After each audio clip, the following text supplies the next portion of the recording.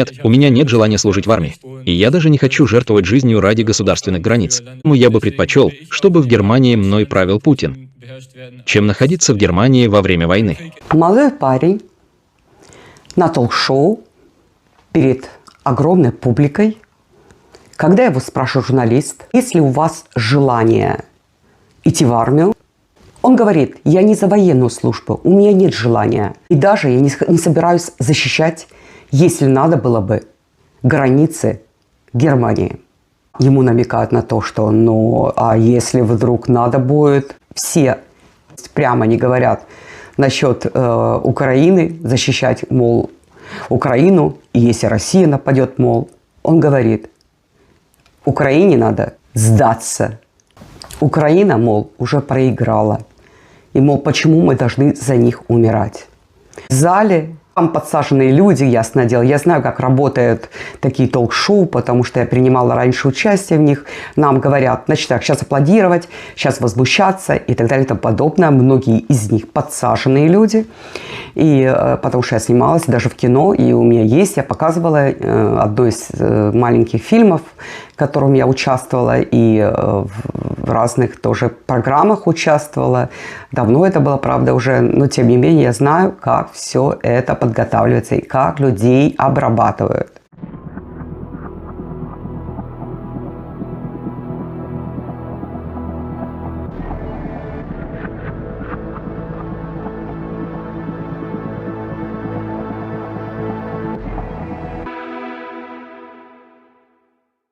Сейчас у нас все делают для того, чтобы агитировать солдат идти в армию и готовиться к войне, обрабатывают пропагандой, особенно молодое население, но не только, потому что отцы, деды, они имеют большое влияние на своих детей или внуков и так далее, обрабатывают всех, кто возможно. Вы услышите и такое мнение, и такое мнение.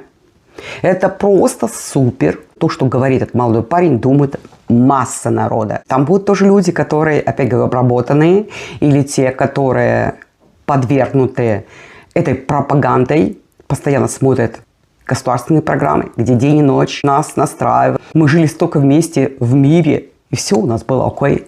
Не с этим правительством, которое особенно называется правительство, вы только послушайте, мира. Так, друзья, добрый день.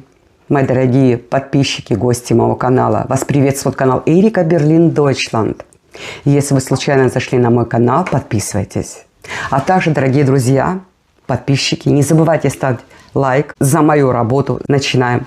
Поехали. Итак, в Германии до сегодняшнего времени было свободное участие. Хочешь ты идти в армию или не хочешь. Ты должен сам решать для себя. Но у нас все время сейчас постоянно говорится об обязательной участии в армии для того, чтобы, опять, если что, послать свои войска. Мерц сказал: мы активные участники войны. И, ясно дело, не хватает солдат, как и в Украине, и также в Германии. Если спросишь на улице народ, никто, конечно, не хочет идти в армию. Этот 18-летний парень полностью выделяется из толпы. Одни и те же люди контролируют Россию, США, Германию и всю Европу. На самом деле. И они хотят, чтобы была война, чтобы напугать нас. Если Россия действительно хочет захватить Украину, то сделали бы это быстро и давно, я бы так сказал. Итак, мы здесь, чтобы обсудить, и каждый может высказать свое мнение. Война — это всего лишь шоу. Война — это всего лишь шоу, чтобы внушить страх. Я думаю, что если человек сам использует свою собственную свободную волю, тогда можно самостоятельно сформировать свое мнение, а не просто верить в это, что СМИ пытаются донести до людей. Нет за военную службу. На это у вас нет желания. Нет, у меня нет желания служить в армии. И я даже не хочу жертвовать жизнью ради государственных границ и ради территории власти. И я также не считаю, что людей следует заставлять делать это. А что если страну, в которой они живут, нападут? Тогда я бы не хотел это защищать. Но я считаю, что Украина, я думаю, им следовало бы сдаться. Ведь жить в войне значительно хуже, чем, например, жить под властью Путина. И поэтому я бы предпочел, чтобы в Германии мной правил Путин, чем находиться в Германии во время войны. Хорошо, на это у нас скоро будет достаточно сильная реакция. Он говорит о том, что надо давно Украине было сдаться. Уж лучше, как бы говорится, жить. Это он только в иронии говорит, не потому что он плохо относится к Путину, это ирония. Говорит о том, что я бы предпочел, чтобы в Европе мною правил Путин, чем наше правительство. И он правильно тоже сказал, это тоже в иронии, что жить в войне намного хуже. Это когда я знаю о том, что Украина так и так будет на 3 части, может быть, поделена. И до 100% будет на 3 части поделена. Он хотел сказать, лучше жить в мире, чем продолжать кровопролитие. Это действительно резкое заявление от этого 18-летнего молодого человека. Я сам прослужил в Бундесвере более 12,5. Есть причины, по которым я вышел из армии. Я был молодым солдатом сразу после базовой и полной подготовки. Через 9 месяцев впервые был в зарубежной миссии. И теперь я задаюсь вопросом, чувак, что собственно там искали? Однако Бундесвер для обороны страны – это другая тема. Я полностью понимаю это.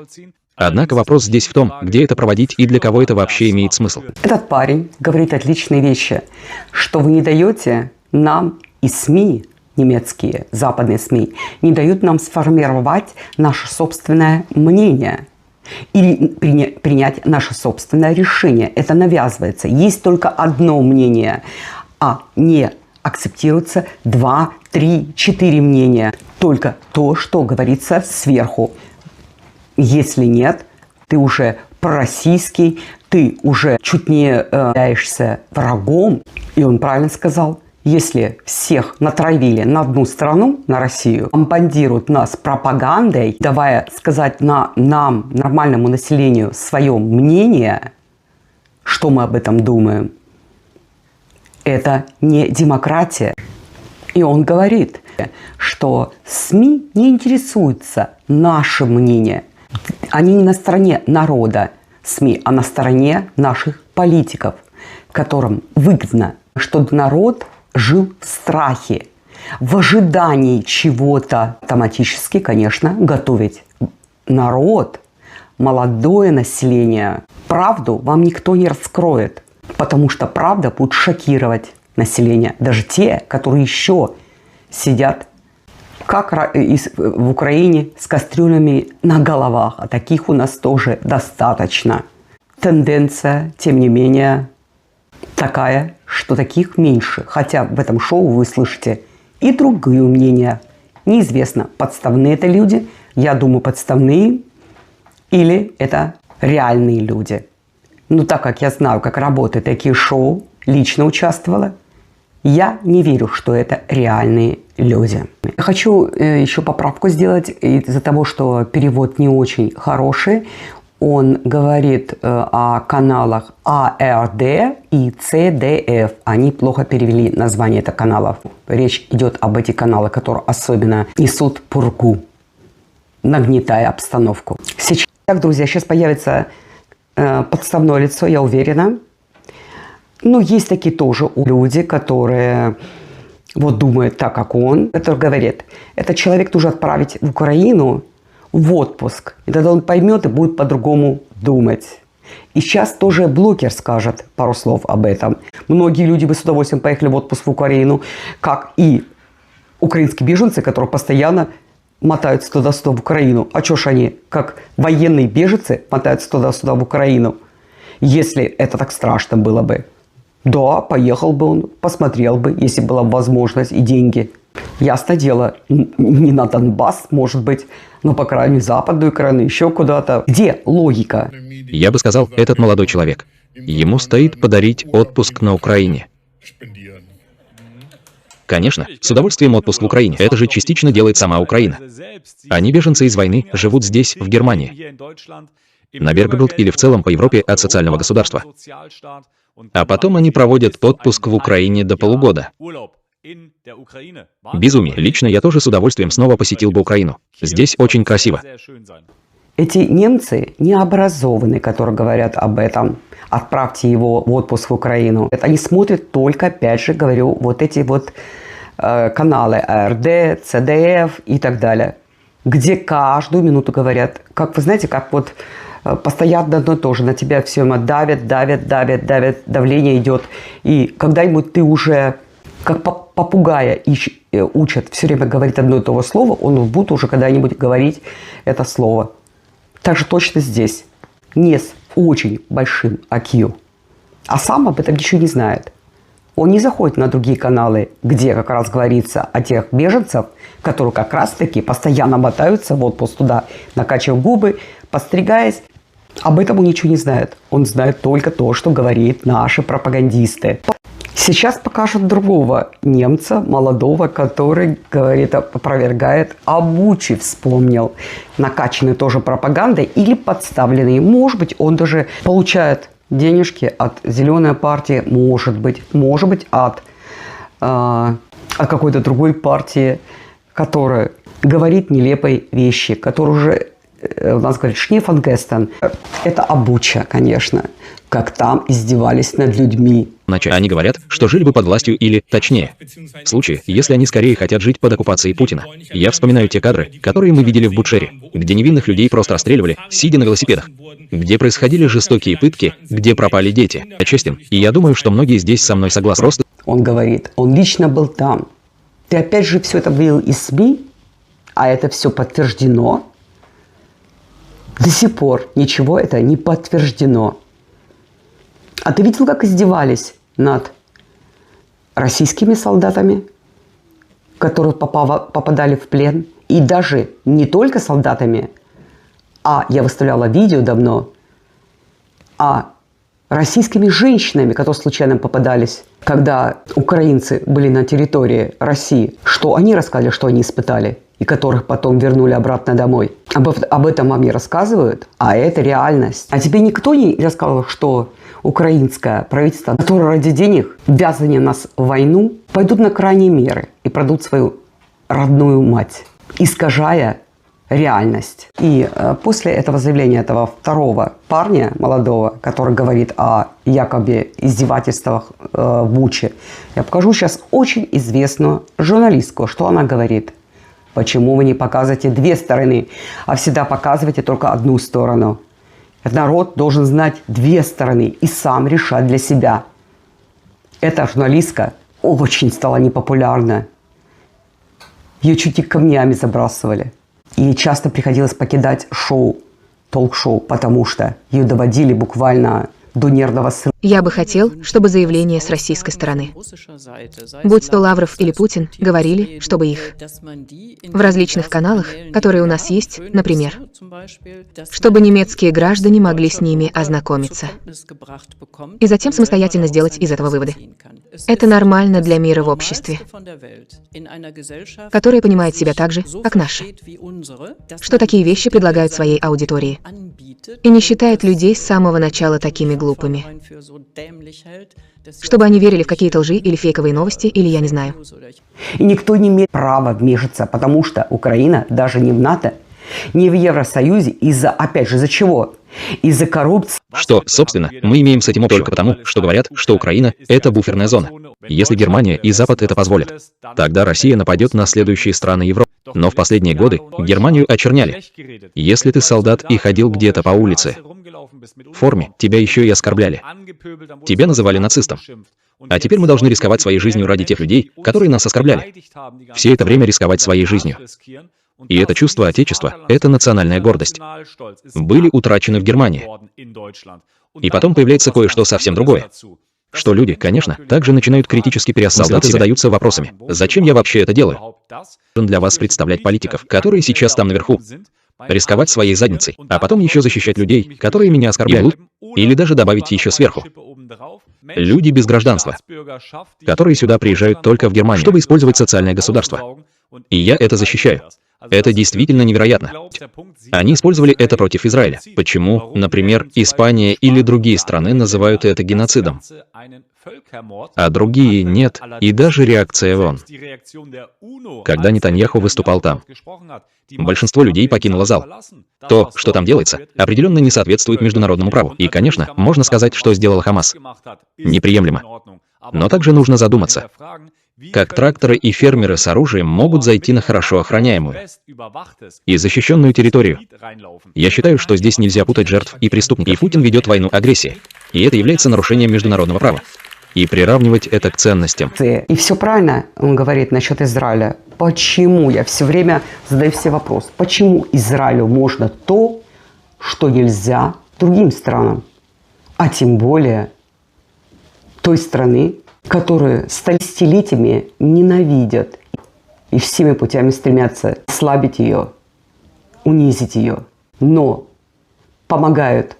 Сейчас вот Трамп опять будет помогать Украине и Израилю, той стране, которая разрешается буквально все. И которую мы должны поддерживать. А вы знаете почему? Турция-то в НАТО. Почему Израиль, думаете, не в НАТО? А им не надо это. Зачем им вычислять деньги для НАТО, участие в НАТО? Они не дураки. Они кассируют от всех. Особенно от немцев. Мол, по гробу нам должны за Холокост и так далее и тому подобное. Но, значит, русских забыли, сколько вы имейте на своем счету. Те люди, которые должны были на коленях стоять за все, что они сделали, ихние деды, прадеды и так далее. Март плачет перед камерой, но не за 27 миллионами русских, убитыми Германией. Не за сожженные деревни, не за детей, умерших от голода. Не за женщин, которых расстреляли. Русские почти простили нас, они не истребили нас, они не сделали с нами. То же самое. И как мы им благодарим молчанием, забвением, новой враждой. Это не сострадание, не уважение, это чистое лицемерие, отбирают. Жертв, как на рынке, одни заслуживают памяти, другие — молчания, а тем временем перемещают. Снова танки на восток, словно ничему не научились, словно 1945 года не было.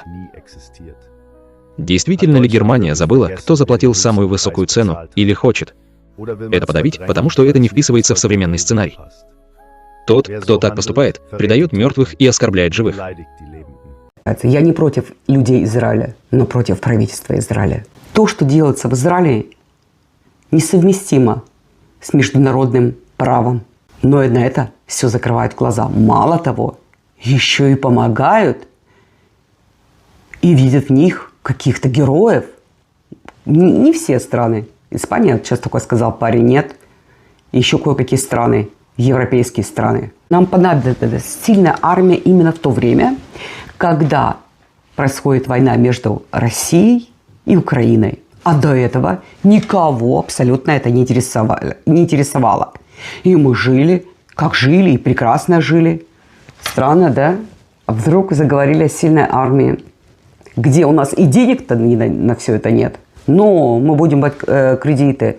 Дальше. Как все абсолютно не рухнет, как карточный домик. И сейчас я вам покажу еще высказывание одного немца, такого же с кастрюлей на голове, который 3 детей, которые, возможно, пошлют на войну.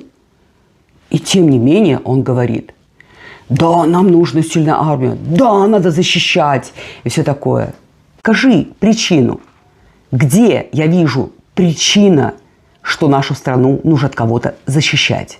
Это все слова. Это все слова на ветер. А что конкретное? Ты знаешь, почему мы должны защищать нашу страну? От кого?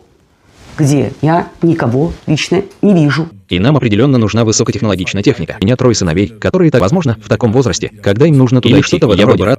Но я должен уметь защищать свою страну или свою семью. Мы должны что-то сделать, чтобы защитить наших людей. Неважно, какого цвета, неважно, откуда они пришли. В мире очень много войн. Если где-то происходит война, почему-то сразу никогда не говорили, это будет угроза нашей стране. Но в то время, когда именно Россию втянули в эту войну, она еще долго ждала слишком, и нашли козла отпущения, на которое ополчилась вся эта стайка пропагандистов. Но другие беспределы замалчиваются. О них просто не говорят. Это невыгодно, потому что Россия богатая страна. Там есть чем поживиться. Потому что Украина богатая страна. Там есть полезные ископаемые. А Европа не имеет ничего. Именно такие мнения вот таких вот мужчин, которые сейчас я вам показала, они опасны. Очень опасны. Такие пойдут воевать. Которые запрограммировали уже в их мозгу, что это необходимо для будущего Германии. Именно Германия виновата, что мы превращаемся в нищим. Именно Германия виновата, что у нас больше и больше бомжей на улице, что у нас проблемы с газом, что у нас поднятие цен и налогов, что у нас все фирмы переезжают в другие страны или объявляют конкурс, это значит банкрот. Друзья, я прощаюсь с вами. Не забывайте ставить лайк, а также подписывайтесь. До скорой встречи на моем канале. С вами была Эрика, Берлин, Deutschland.